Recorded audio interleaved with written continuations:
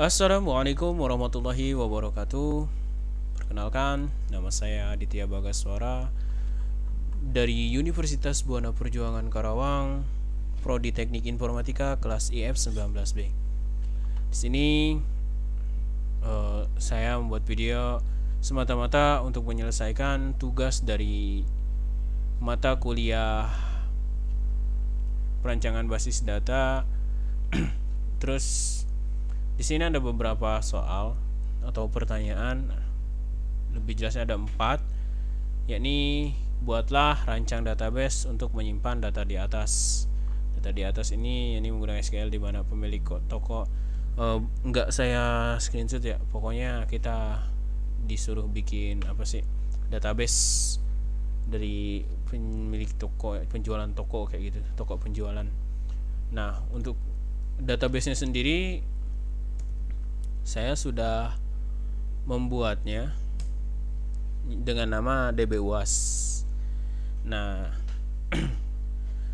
kita langsung saja ya gunakan DBUAS ini. Ngapa untuk menggunakan database ini kita cukup gunakan option use dan kita masukkan nama database-nya. Terus untuk info juga, setelah kalian masuk ke MySQL ini, karena saya di sini menggunakan XAMPP versi versi 3.30, terus saya juga menggunakan CMD sebagai perantara untuk melihat database-nya. Nah, ini untuk cara masuk ke MySQL-nya sendiri. Dan jika sudah ada bacaan welcome kayak gini, kalian sudah masuk. Dan info tadi tuh ketika kalian masuk ke dalam MySQL di sini kalian harus menutup atau mengakhiri perintah sintaks menggunakan titik koma. Nah, titik koma ini fungsinya untuk mengakhiri atau menutup sintaks tersebut. Kita use saja database change. Kalau misal udah kayak gini, kita udah gunain database-nya, bisa dilihat di sini yang tadi non jadi DBUAS. Lalu kita lihat tabelnya menggunakan show, fungsi show. Kita tulis show tables. Di sini ada 3 tables. Saya membuat 3 tables, ini kasir, menu, dan pesanan. Oke. Sebelumnya kita lihat dulu deskripsinya, deskripsi table ini. Jika kalian mau melihat tipe datanya, kita bisa gunakan perintah des. Terus kita tulis nama tabelnya. Des ini yang fungsinya deskripsi gitu kan. Nah, di sini ada 4 field. Tiap namanya ada kode kasir, nama kasir, alamat, lalu nomor HP. Nah, type-nya ini ada integer, varchar. Kenapa saya menggunakan integer? Karena saya pikir bakalan banyak gitu loh. Jadi integer ini fungsinya untuk menginputkan data, bukan menginputkan data ya, pokoknya untuk mengenali datanya hanya dengan menggunakan angka. Jadi kalau misal kalian menginputkan data ke dalam tabel atau field yang tipe datanya itu integer, kalian cuma bisa nginputin angka doang. Lalu di sini ada varchar. Nah, varchar sendiri tipe data yang bukan cuman ya, semua atribut bisa masuk gitu, mulai dari huruf, angka, simbol, dan lain-lain. Nah, apa bedanya sih dengan char? Nah, kalau char sendiri itu cuma satu atribut. Kalau misal kalian mau masukkan angka, udah angka doang yang bisa masuk. Kalian gak bakal bisa nambahin kayak mungkin contohnya nama saya Aditya Bagaswara 3 gitu loh, atau Aditya Bagaswara titik koma atau kutip, itu gak bakal bisa masuk ke database-nya. Itu bakal error karena dia cuma ngenalin satu atribut doang. Terus di sini ada primary key. Nah, primary key ini sebagai kunci pembeda. Takutnya si kode kasir ini ada di lain table, terus kita malah kayak misal manggil gitu, dan itu pun takutnya salah atau menginputkannya salah gitu. Jadi di sini gunanya primary key. Terus ada auto increment. Nah, auto increment ini untuk otomatis menginputkan data ya, mungkin dari kode kasir ini kan. Kode kasir ini kalian nggak perlu menginputkan data lagi, jadi cukup kalian kosongkan saja. Si kode kasir ini bakal datanya bakal terisi sendiri karena adanya auto increment ini, dan auto increment ini datanya itu biasanya angka dan itu mengurut dari 1 sampai n seterusnya. Terus info juga auto increment ini cuma bisa dipasangin sama primary key. Kalau misal salah satu field ini nggak ada primary key, kita contohlah nama kasir kita gunakan sebagai auto increment, itu nggak bakal mungkin karena nggak ada primary key-nya. Nah, primary key sendiri, primary key bisa dimasukin ke field ini tanpa adanya auto increment atau ada atau tanpa adanya auto increment. Lalu kita lanjut deskripsiin tabel menu. Nah, tabel menu ini ada kode barang, nama barang, harga barang, stok. Ini pun sama saja untuk tipe datanya. Lalu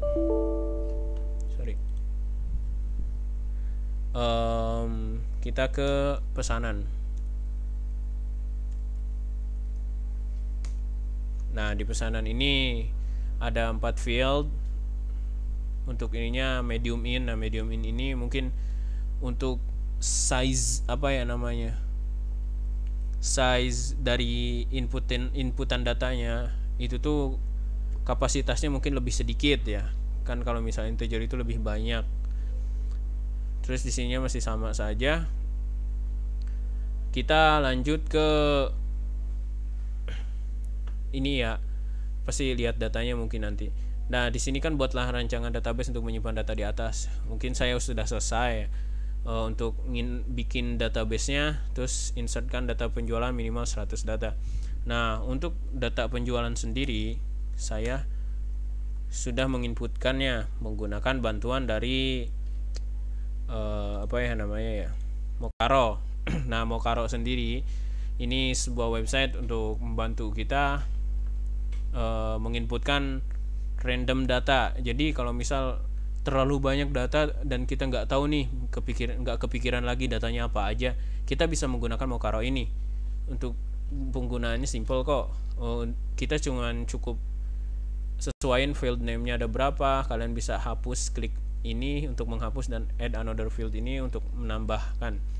Terus type datanya apa, ini untuk optionnya kita tunggu aja. Kalau misalnya 100% udah 100% itu bakal selesai.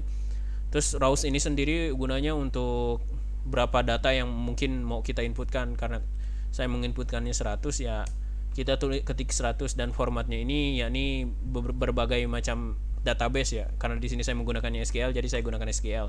Nah, untuk table name ini gunanya untuk nama tablenya sendiri. Nah, nama tablenya itu apa? Dan ketika selesai, kita cukup klik download dan perintah untuk download itu bakal otomatis, datanya bakal otomatis ke download. Kita balik lagi.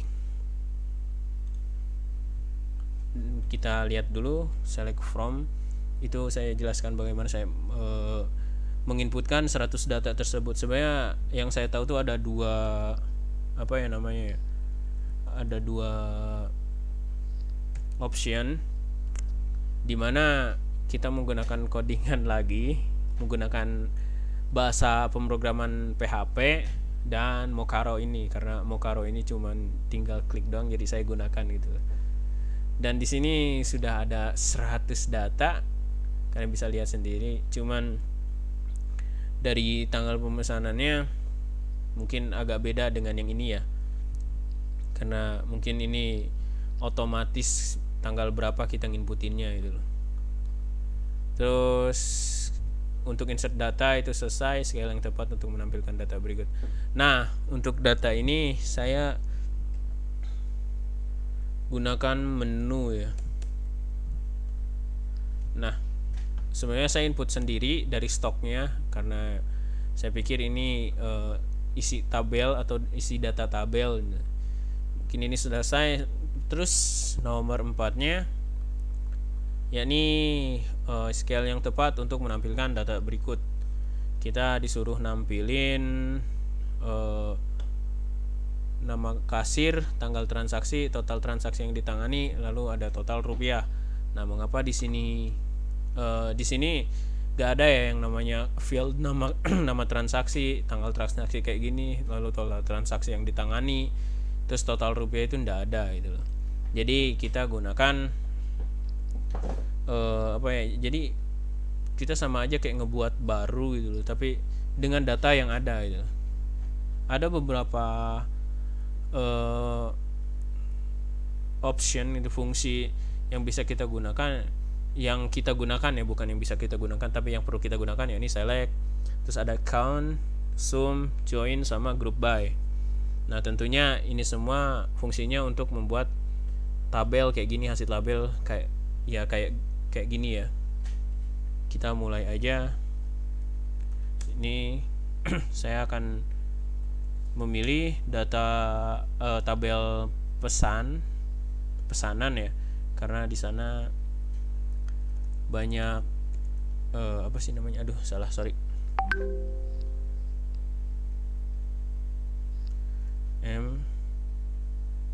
pesanan. Sini nama kasir ya. Nah ini tuh fungsinya apa sih, pesanan NM kasir. Nah untuk pesanan sendiri kita bisa lihat ya, bahwasanya pesanan itu adalah tabel, dan NM kasirnya ini titik ini tuh buat nyambungin bahwasanya di tabel ini dan di nama filenya ini loh. Nama field itu ya kayak kode barang, nama barang, harga, dan stok itu nama field. Di sini kita ambil tabel pesanan, lalu nama fieldnya ini nama kasir. Kita lanjutin S, nama kasir. Nah kenapa saya gunakan S di sini ya, ini tuh biar hasilnya tuh yang keluar tuh jadi nama kasir sesuai dengan ini.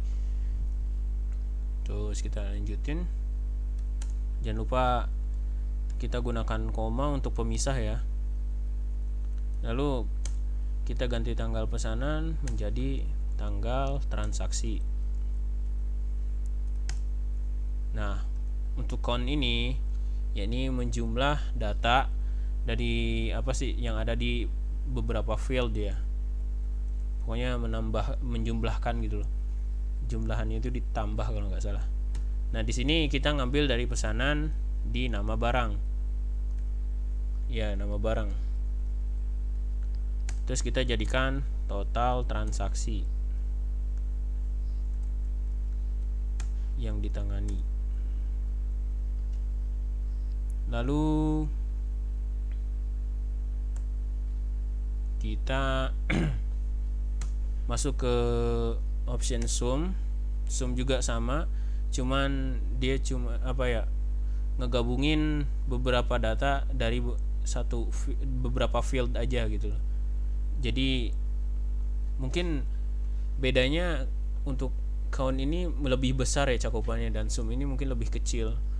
Nah, di sini kita menggunakan tabel menu, yakni field harga, lalu ditambah di tabel pesanan dengan nama fieldnya nama NM barang. Lalu kita jadikan total rupiah from menu. Nah, kenapa di sini from menu? Karena menu sendiri ini ya, menu sendiri mempunyai harga gitu. Jadi di sini kita ngambil harga doang dari menu, biar total rupiah ini, total apa sih transaksi ya bisa dibilang, itu tuh bisa dijumlahin gitu loh.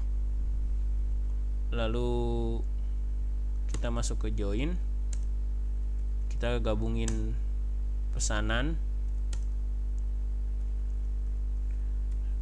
NM barang. Nah, kenapa ini pesanan on pesanan?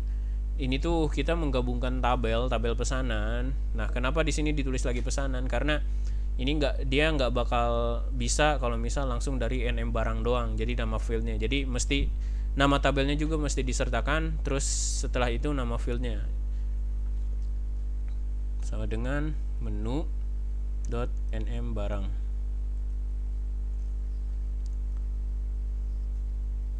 Terus kita masukin satu join lagi, kasir on kasir.nm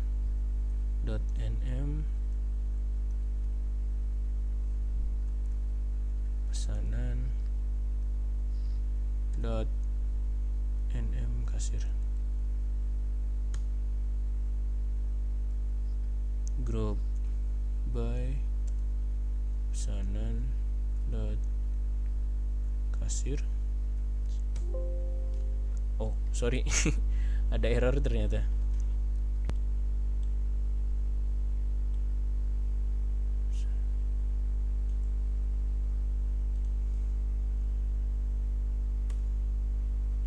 Lalu zoomnya ini kan dari zoom ya, kalau misalnya line 2 tuh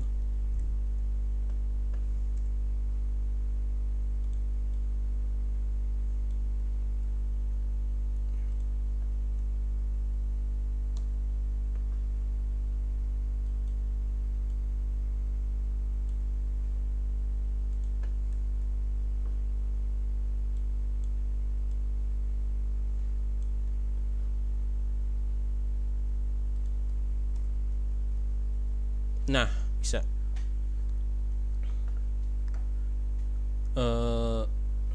Setelah beberapa ini ya, sebenarnya saya copy paste dari apa yang saya ini tadi di sini soalnya bisa. Lalu kita bisa balik lagi ke yang tadi. Nah di sini kan nama kasir, tanggal transaksi, total transaksi, kita full size aja total transaksi. Oke ini nggak bisa. Kita giniin aja, kelihatan kan total transaksi yang ditangani, lalu total rupiah. Nah untuk total rupiahnya sendiri untuk Agus ini kan beda database, pasti yang namanya ini pasti beda apa sih namanya, beda hasilnya sendiri. Kalau misal dari sini, dari menu ini kenapa sama, karena ini inputan dari manual gitu loh. Nah kalau misal di sini ini kan inputannya otomatis ya untuk data yang ini, jadi itu bakal beda lagi keluarannya. Dan ini hasilnya selesai. Dan mungkin sekian dari saya cukupkan saja, kurang lebihnya mohon maaf. Sekian dari saya Aditya Bagaswara, izin pamit. Wassalamualaikum warahmatullahi wabarakatuh.